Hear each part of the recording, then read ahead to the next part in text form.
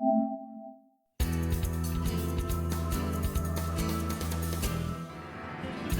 Jeff Corwin, and I want to welcome you to Brazil. Not the teeming cities or famous beaches, This is where civilization ends and our adventure begins. but a place called the Pantanal, an area of wetlands roughly the size of New England. Forget the chatter and let's capture the snake. Woo, you're feisty. It's a place where giant rodents swim alongside giant reptiles. Whoa, I'm scared. Where an American naturalist takes on a completely different identity. Tres Pantaneros!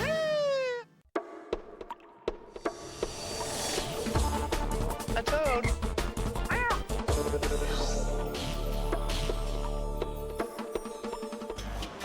My name is Javier Corwin.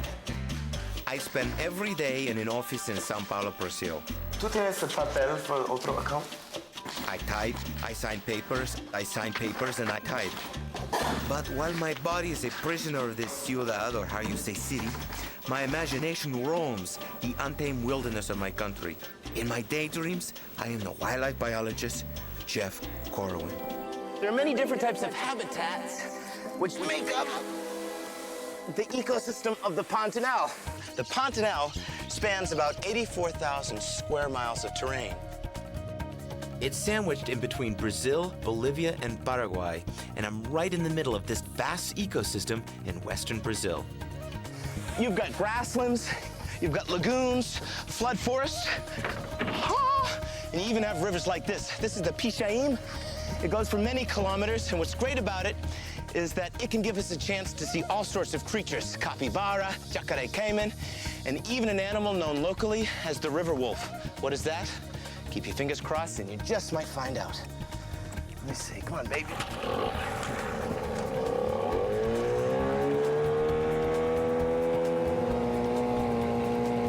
Hundreds of creatures have made a home here along the river. All sorts of birds, more jacare caiman. But that right there, isn't that beautiful heron right there?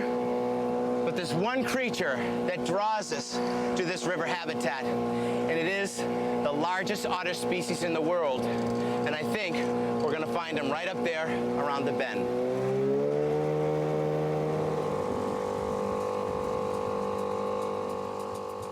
Look at that, a caiman stalking a heron. Over there's a beautiful bittern, and that's a capybara, the largest rodent in the world. Wait, I think I see something splashing up ahead. Look at this. Oh my gosh, I cannot believe this. I cannot believe this. This is one of the rarest creatures living in South America. We have two giant river otters, the largest otters in the world. Look at the size of this creature's body. Look at the size of that animal. It is 6 feet in length, and this creature can weigh up to 80 pounds. An amazing animal, extremely intelligent. It's a close relative of the mink. To be this close to an animal like this is a great, great privilege. And this is what the Pantanal provides, is encounters like this, to come face to face with a creature that is so endangered. See the webbed feet right there? See how quickly he took that fish, that piranha, crushed it down. Hear that?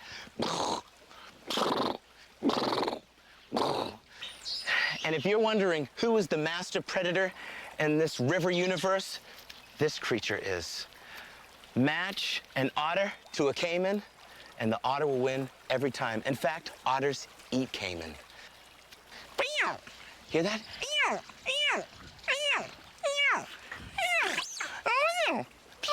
Hear that? A whistling?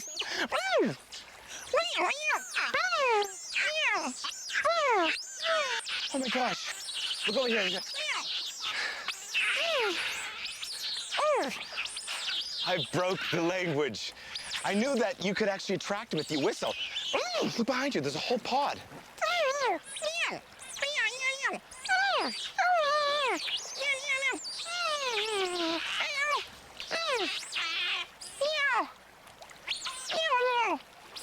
What's interesting, you look at these animals and you think, Oh, isn't that creature cute and cuddly? Yeah, and it is kind of cute. It's furry, got that wonderful, inquisitive, intelligent face. But do not underestimate the power of these animals, because when pressed, they can be very protective. I'm in shock. This is great stuff. I hope you are enjoying this as much as I am. It doesn't get any better than that, even with all the mosquitoes. Giant river otters, a great treat. Another example of the wildlife that is waiting to be discovered here in the Pantanal of Brazil. Let's move on. Excellent stuff.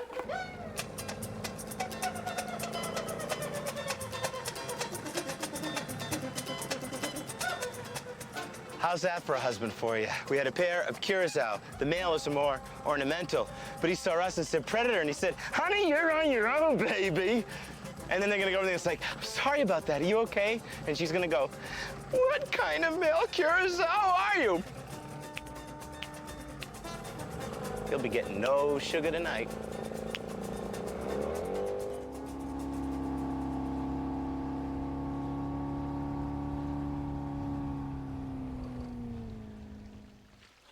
Oh my gosh. Look right in front of me and you can see a huge serpent that has come to the river's edge. I am so excited, I am shaking.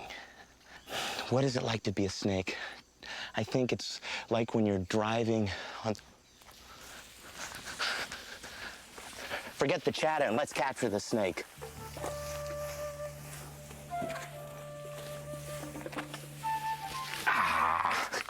What's it like?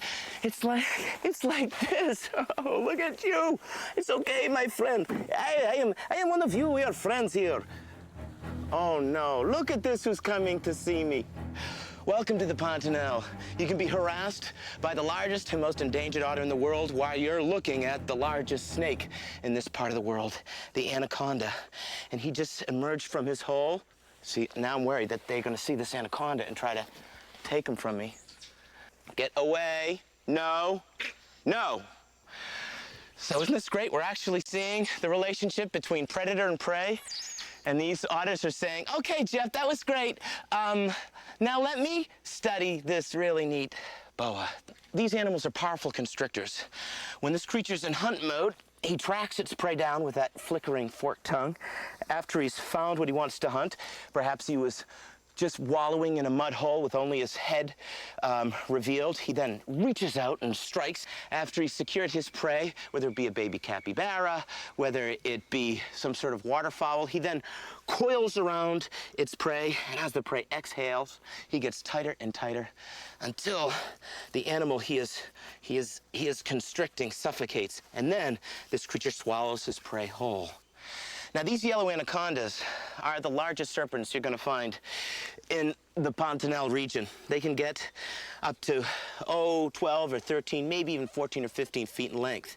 But they are somewhat dwarfed by their cousins to the north, which can be double that size. The green anaconda gets nearly twice as long as the yellow, but still, you don't need to get much longer than this baby if you want to see what a big snake looks like up close and personal. Oh, hey, that wasn't nice. All right, buddy, I'm done with you. Thank you for educating us about your wondrous species, and now you are on your own. Look at that. And there's where he lives. Hey, buddy, I'm sorry, but no, I let the anaconda go. No, you go get a fish. Okay, we're out of here. Stop your crying.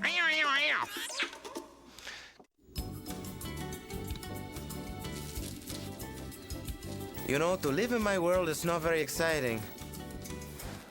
But as Jeff Corwin, well, my life would be filled with adventure and danger. I'm here with Up With Herpetology, and I'd like to sing you a little song to get the spirit inside you going, and it goes something like this. 1, 2, 3. Up with herpetology, whether you're a turtle or an alligator too. You can be a snake, or you could be a caiman. Wait, can I come in? Caiman love these grasslands because they can blend right in among the tall vegetation and murky water. I'm looking for one that's not totally submerged, so I have a better chance at capturing it. Look, piranha. More sheets, more water, darn it. Very large caiman, about 7 feet in length. I am totally unprepared for this, as usual, but I've got this, and I'm wondering if I could somehow lay it over its head.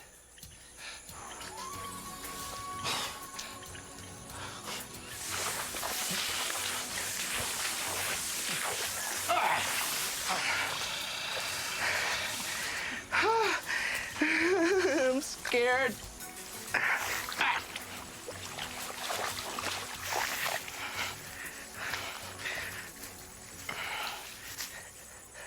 Okay, now what I need you to do is to take your finger right where his mouth is and hold down the... We'll see if I can pick him up. There we go. It is a beautiful, gorgeous specimen. Look at the size of this guy. He is probably 7 feet in length. A huge, huge caiman, Crocodilus yacaré, or the species of spectacle caiman you get here in the Pantanal. And the reason why this creature's laying limp like this is because it has been shut off to the world, because its only cues to what's going on around him are visual cues. And just like you put the blinders on a horse, I put on some caiman blinders. As you see, these creatures are well armored. They have scutes that go throughout their skin, their dermis. They have scutes along their stomach as well. See? That armament protects his rib cage and his stomach from any predators that would want to eat him. And look at this, webbed feet, wonderful webbed feet for swimming. Okay, a powerful tail, a tail used for defense and propulsion. The teeth hang all the ways around this creature's jaw. And see that? There's a hole, this nair hole. It's not the nostril, there's the nostril. But this nair hole actually allows the bottom teeth to protrude to the top. So you have a deadly array, okay? You have just this rim of razor-sharp teeth. And when this creature hunts, he bites on and rolls and rolls and rolls and rolls and rips apart its prey. The more the animal struggles, the more he fights to secure his dinner. And what's neat is when he dives, right? When he dives into water, see his nostrils? They can close up like that. So that way he doesn't take a lot of water into his lungs. And how do you let go a caiman that doesn't like you? You let go quickly.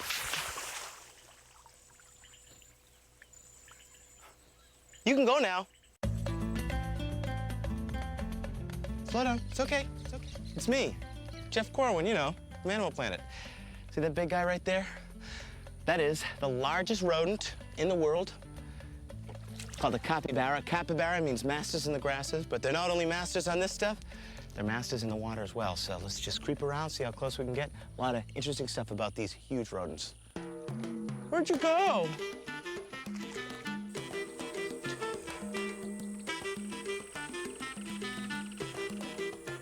I like to call this the capybara waltz.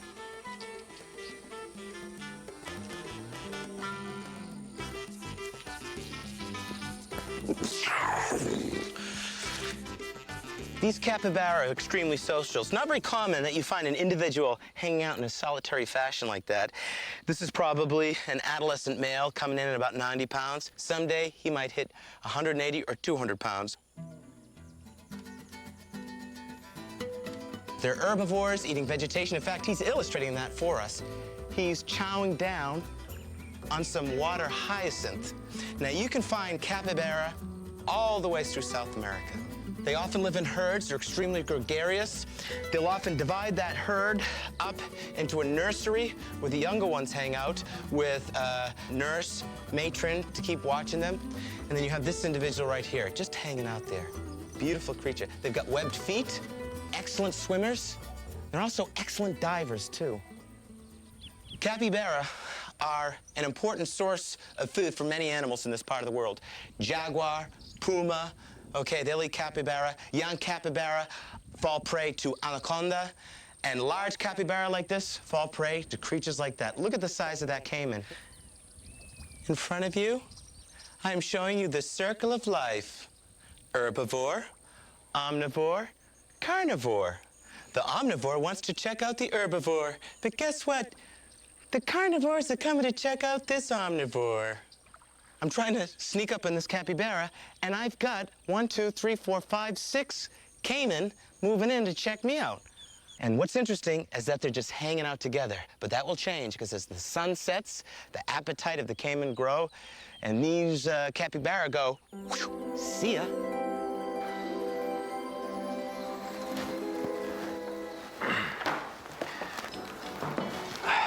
Zelda, vou almoçar. Ok? Boa tarde.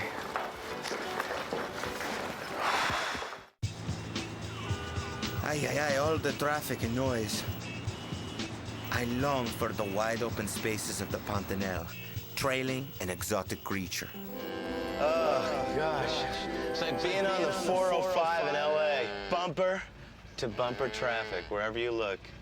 It's funny, there are many beautiful angles to a cow, but the angles that I'm getting ain't so beautiful. This highway stretches 80 miles between the north and south points of the Pantanal. It includes about 120 of these dilapidated bridges. I'm going to follow this road for a few miles and find a good area for exploring. Excuse me, Mr. Capybara. We're trying to make a show here. Would you mind? I'm trying to make a show. Please. Move already. Where you going? Wrong way. That's my car. Don't. Hey. Move. It's like back home, driving to Boston. Would you move your capybara? Right now, the Transpantanera Road is in excellent condition, but as the rains increase, with the oncoming rain season, this thing will be flooded, bridges will be washed out. It becomes very, very tough habitat. Whoa, whoa, whoa, whoa, whoa, whoa. Whoa, whoa, whoa. Oh my gosh. Can you believe this? Driving down the road, and there, what I thought was a branch is a beautiful snake. Look at this. Well, there you go. Another typical Pantanal roadblock. This is a younger version of that adult anaconda we saw by the river. Gotcha. The amarillo anaconda. Or yellow anaconda. Here you go, buddy. I think this is where he was heading. So we'll place him over here. I'm afraid that if I leave him in the road, he's gonna become road burger, and I don't want that. There you go, buddy.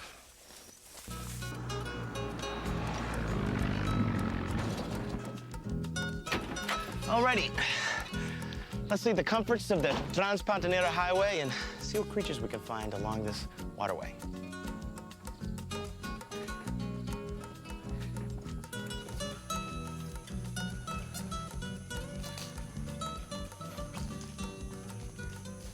Up in this tree, I've just spotted a prehensile-tailed porcupine, and I'd love for you to check it out. It's just a real interesting animal with a great defense, so we have to be careful. This porcupine, well, it's got to be at least 20 feet up this tree. Let's see how close we can get. Wow. This is a scoop. I've got this prehensile-tailed porcupine.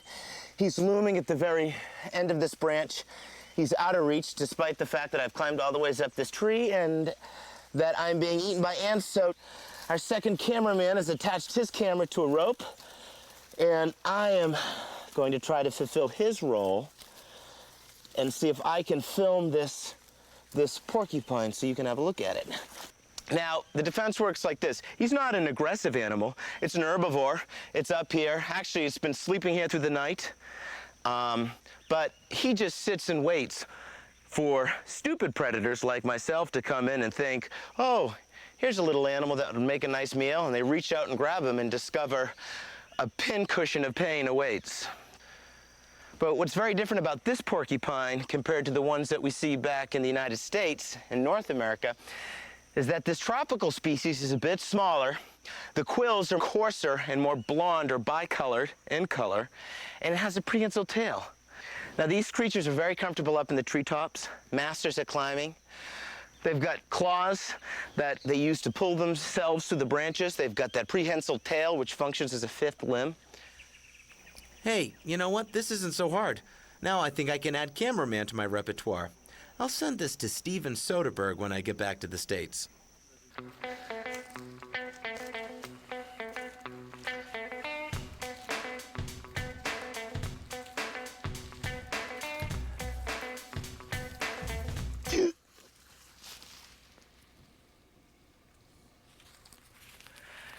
That's why I always got to be on guard. Look at this.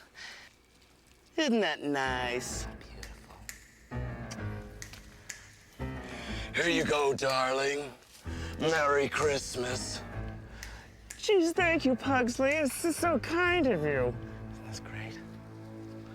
I hope you don't have arachnophobia, because if you do, you're not going to want to hang around with this guy, although it is, for the most part, harmless to people. Smaller animals, that's a different story. Beautiful creature, a tarantula. And why isn't he biting me? Why isn't he biting me? That's a great question. Well, it goes something like this. I'm going to tell you a secret. I have a connection to spiders. It started when I was a child. No, the real reason why he's not biting me is because I'm just being careful. I'm letting my hands be like the environment that he crawls across. Any sudden movements, he'll react. And even in that case, he probably wouldn't bite me unless if I was really hurting it. His fangs are, for the most part, reserved for securing prey. As with most species of spiders, it is venomous. And it has a set of fangs right to the front, which are literally an extension of what was once limbs or digits. And he grabs onto the prey, he sinks those fangs in, injecting the prey, such as a cockroach or a lizard or even a small rodent or even a bird in some cases, injecting that creature with the venom. And that venom not only kills and immobilizes the prey, but it also promotes digestion. The animal that this creature is eating actually dissolves into like a spider frap or milkshake, and then he just drinks it up.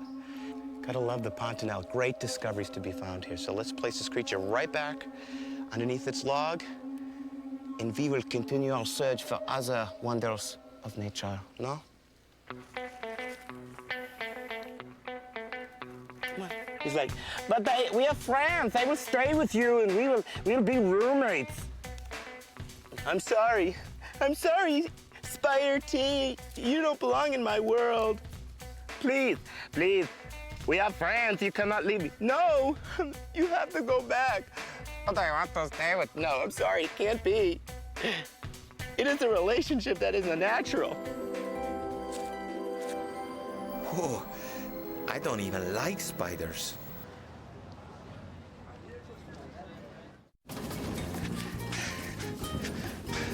I'm starting to feel like the new Pantanal on the block. I've stopped at one of the many cattle ranches you'll find in the Pantanal. Cattle ranching is big business here, and these cowboys, or as they're called locally, pantaneros, take pride in managing their land.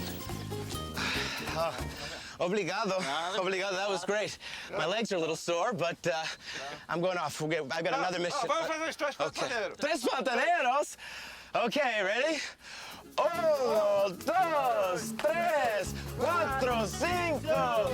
Tres, tres, tres, pantaneros! Ciao. Ciao. Ciao.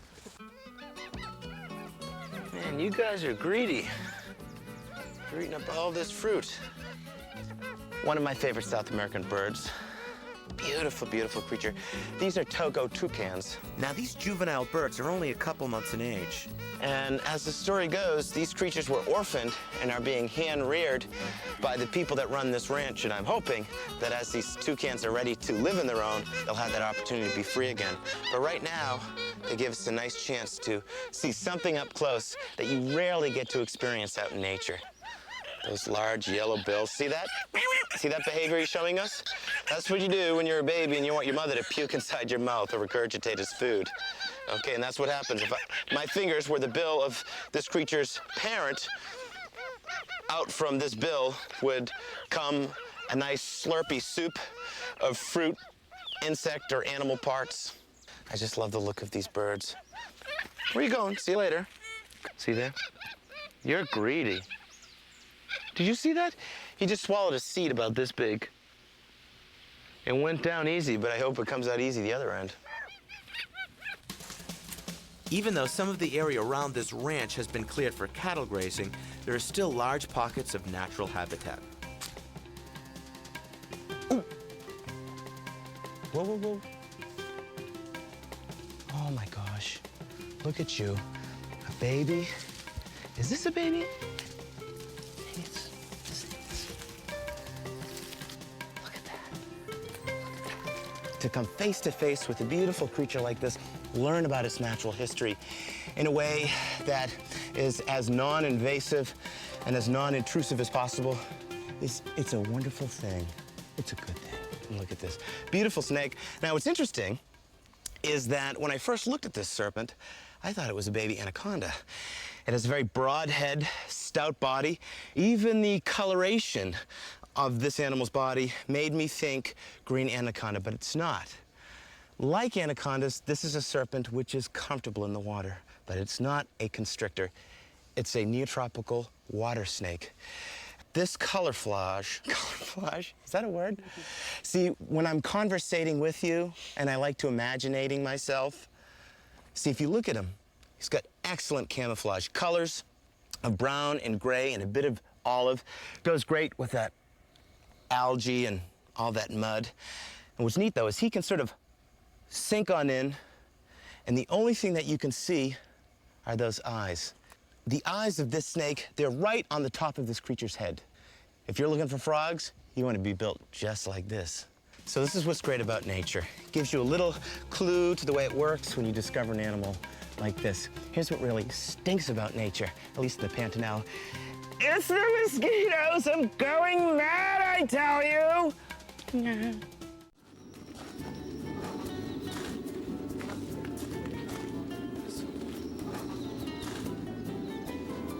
Gelado? Não, obrigada. Right. She won't even look twice at me, Javier.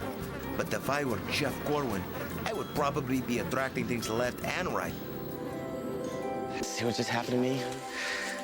El Stupido Jeff Corwin now just put his hand on a plant with stinging ants. See the ant stinging me? The ant no longer can sting me anymore. Oh, that's a wallop. That's like a wasp wallop. Oh my God, look at that. Look at my skin. I'm reacting to it. Getting goosebumps. Wow. That's amazing, huh? Isn't nature miraculous? Something that big can give you such a good one. Look at this. Look right there, right there, right there. Over there, the trees are swaying with mammals. I think there's some sort of primate or monkey.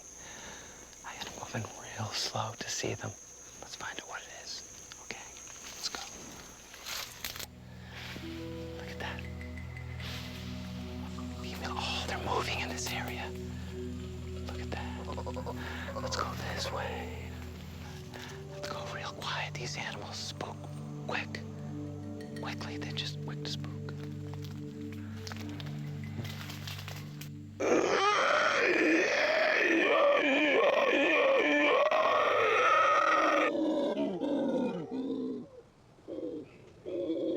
See that big bulbous joint in the middle of his throat? That's where he emits that great sound you hear, hence the term howler monkey. That sound can carry for miles and miles throughout the forest.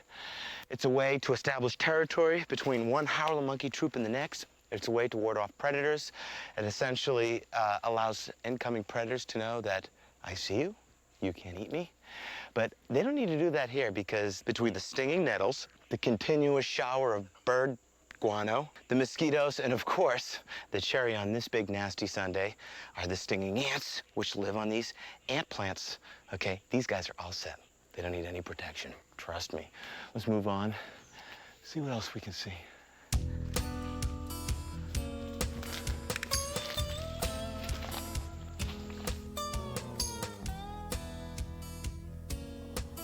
If you look right there, you can see real, just wonderful creature. And when you first check it out, probably what's coming to your mind is some sort of crocodilian, like a jacare caiman. It's very caiman-like, but it's nothing like a caiman. It is a reptile, but it's a lizard. It's a caiman lizard. A lizard that is built very much like a caiman, but it's not a crocodilian. I want him to take that head and stick it under the water. I want him to do that.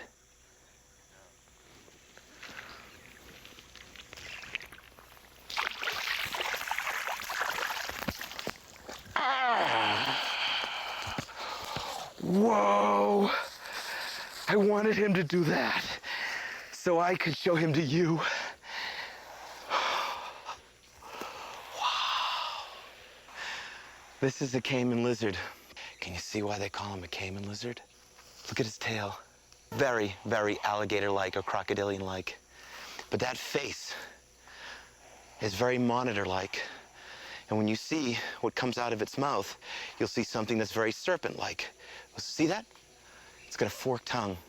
This caiman lizard just wants me to know that he's just all 100% tough, ancient-looking reptile. Just listen. He's got that huffing, that puffing. He's standing his ground. He shredded me up a bit. But when you look beyond that fierce complexion, you gotta see a bit of reptilian beauty. Look at those eyes. Bright black, obsidian-colored eyes. And the scales along his lips, perfectly aligned. If you look above that wrinkle of flesh right by my digit, you can see his ear plates there. Isn't this awesome? Beautiful lizard. So what was he doing? He was foraging around, looking for frogs, looking for fish, looking perhaps for the eggs of a jacana nearby, something to raid. Excellent hunter, this lizard, large-bodied. Something interesting about this lizard. The local Pantaneros refer to this lizard as bibola. They believe this creature to be very dangerous, very peligroso or venimoso. They believe it's half venomous snake and half jacare caiman. The truth is it's harmless unless, of course, you're rolling around with it like an idiot like me. But if you leave this creature be, it's not going to hurt you at all. Something else that's pretty interesting about this bibola or caiman lizard is that he's put up quite a fight. I've earned some scars from this encounter, but did you notice something about him? Count his limbs. 1, 2, 3, 4. One of these limbs is not like... Yeah, you got it. See that? He's missing a hand, but yet he's functioning fine. This is an adult lizard. He's been around for 10 years. He'll be around maybe for 15 more years, and he survived probably since his early years in life. Less one hand. When I first saw this guy, man, you almost fooled me, buddy. I thought you were a jacare caiman. I'm glad I looked close because it was a great discovery.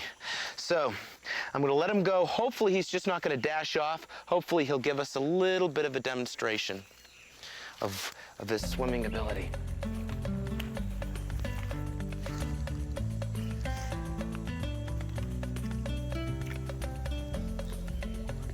Oh, look at that.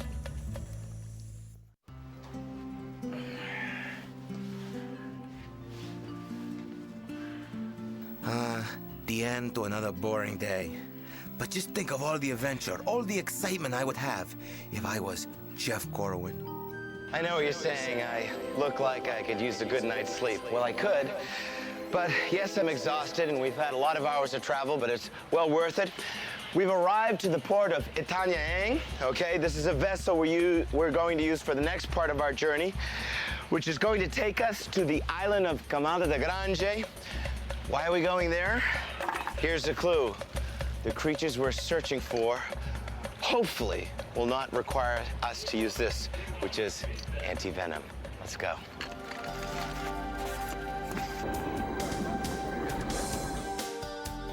We're now about 800 miles away from the Pantanal, and from here, it's another 4.5 hours by boat to our island destination off the southern coast of Brazil.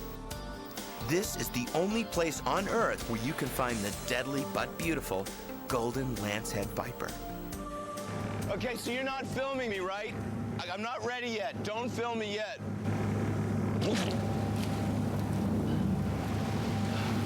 Okay, I'm ready.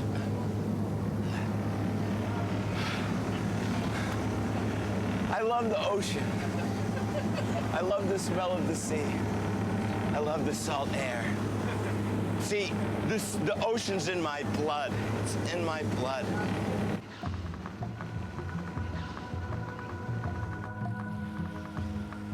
There are no white sandy beaches surrounding this island, and as if the deadly snakes weren't enough of a deterrent, the interior is protected by a slippery, jagged shoreline.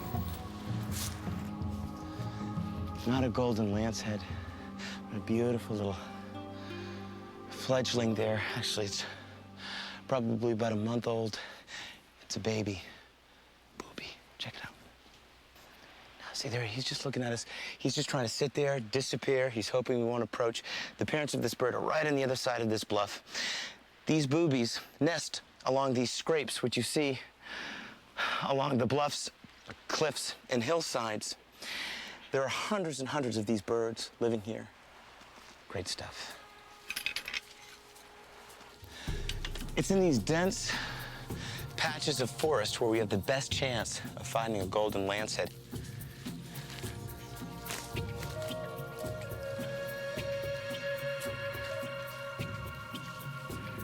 Man.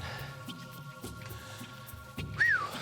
Well, the temperature's pushing towards 100 degrees Fahrenheit, and the humidity is up there as well. So we've got the dangers of heat.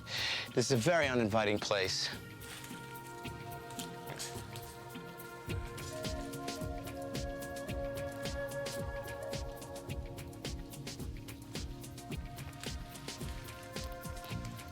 Wow, look at that. Look at beauty. Okay, that's a good place for you. Between the leaves of this bromeliad is this beautiful snake. Okay, I'm gonna be quiet because I need to concentrate.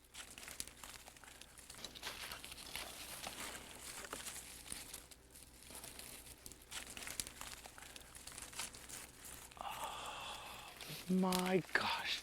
Woo, woo. You're feisty. You're feisty.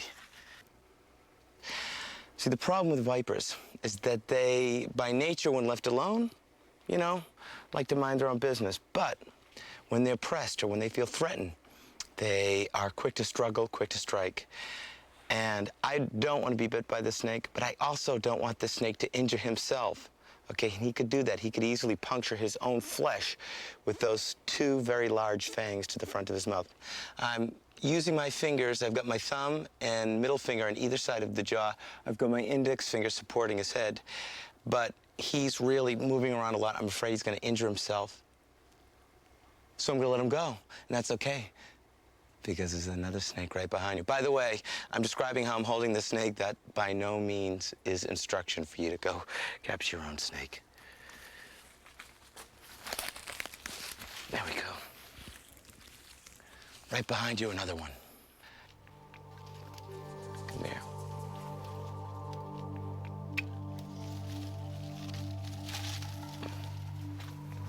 Look at that. I'm now holding him very gently. He's tasting you with his tongue. What's it like to be a snake with those tongues tasting the world? Oh, see how he rattles his tail like that? He ain't saying dinner time. That's no dinner bell. That is a warning. And what's interesting is that there is a viper related to this snake which has taken that warning step even further, and that is to have a rattle on the end of its tail. But this snake doesn't have a rattle. What it would rely on are the leaves and sticks around that tail, which will make a flickering sound when he feels alarmed. So here's the great million-dollar question. How did the golden lancehead vipers become residents of this island? And the answer to that took place 20,000 years ago, when this island was a part of the mainland, but then the sea rose, separating this little patch of earth from the coast. And when that happened, a population of vipers were isolated. And for thousands of years, they've been breeding amongst each other, closed off from the mainland group, which has allowed them to evolve into a totally unique species. You know, there's something else which I find very fascinating about this snake, and it is this, and it's gonna blow you away. The females of this species have evolved a male sexual organ called a hemipenis. Okay, now at this point in their evolutionary history, it's not functional. They can't use it for anything. But perhaps in 10,000 years it will be functional. And when you have one individual that is able to sexually reproduce, that's all you need to create a new population. So, you've got a hermaphrodite that might look just like this in 10,000 years. It gets stuck in a log, it drifts its way to a neighboring island, and it alone can establish a new species or a new population.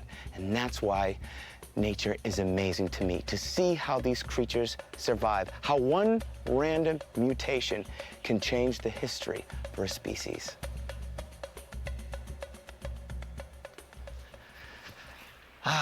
Obrigado. That means thank you in Brazil, and I owe a great thanks to this nation because, well, just think of the adventure we've had from the alluvial floodplains of the Pantanal to this remote, lush island. This place has provided us with some of the best wildlife encounters I have ever had. And what a great way for us to wrap it up with that amazing encounter with the golden lancehead. But, my friends, I am out of time, so I look forward to seeing you on our next experience.